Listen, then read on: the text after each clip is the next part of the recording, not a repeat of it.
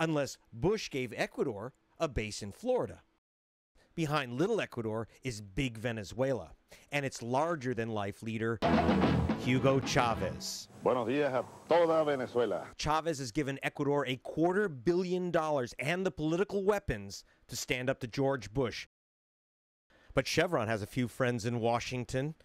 U.S. Secretary of State Condoleezza Rice served on Chevron's corporate board for 10 years and is the only member of George Bush's cabinet who can carry 30 million gallons of crude oil.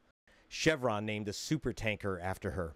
Now, Chavez stands with Ecuador's leaders, and Ecuador's leaders are standing with those suing Chevron.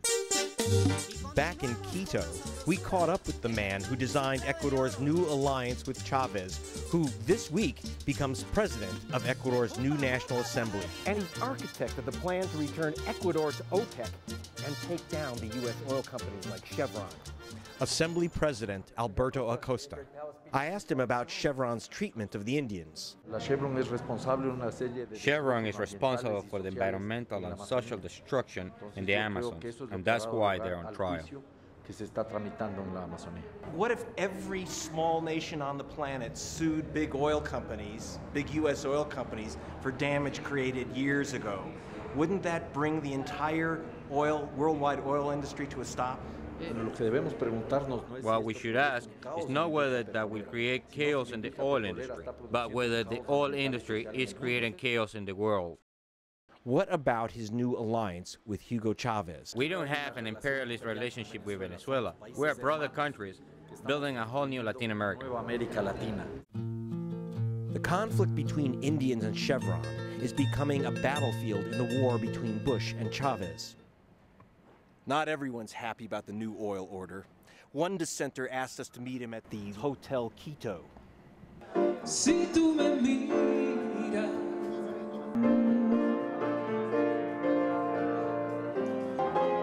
Salud. Salud. Salud. This drink is called the Spirit of Ecuador. Oh, that's good. Yeah. Fabian Losa is relaxing after a long day as Ecuador's top television newscaster. Do you think Acosta's demands on Chevron and the oil companies are demagoguery, are just no? I think it's more dangerous. I think Acosta hates the United States, hates Occidental. He loves socialists. He loves Chavez. He loves Cuba. He don't like a petroleum company.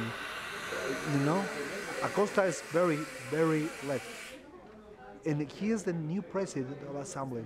He raises questions about the environmentalists suing Chevron. Environment activists people are communists in the past.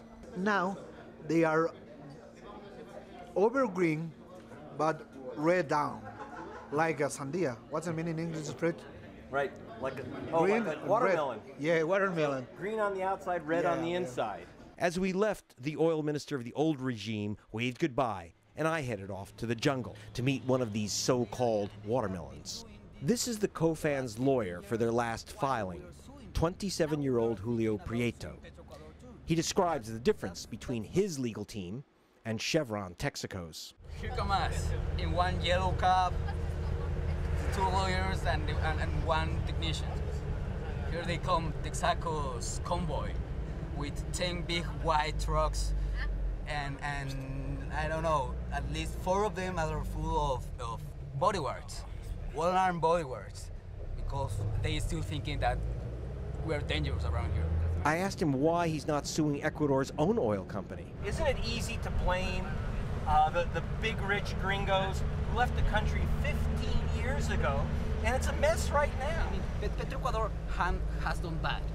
Now we are thinking about suing Petroecuador too, but that's not an excuse for Texaco to go away. And that really burns up the lawyers for the American companies. Yeah. So they're looking for deep pockets. Simply as that. That's all what they want. They're just going after rich gringos. Exactly. Yeah. There you go. It's the largest fraud in the history.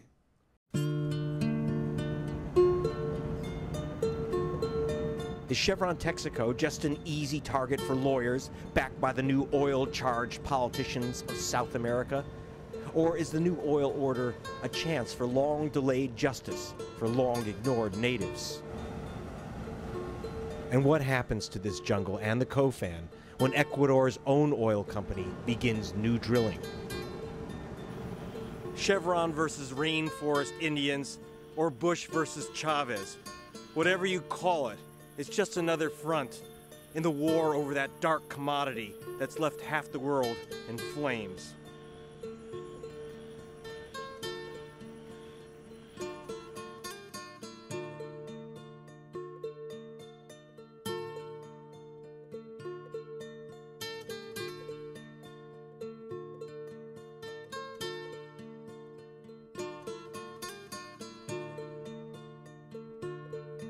Desperté y tu mirada me dice que te vas, que hay en tu vida otro amor.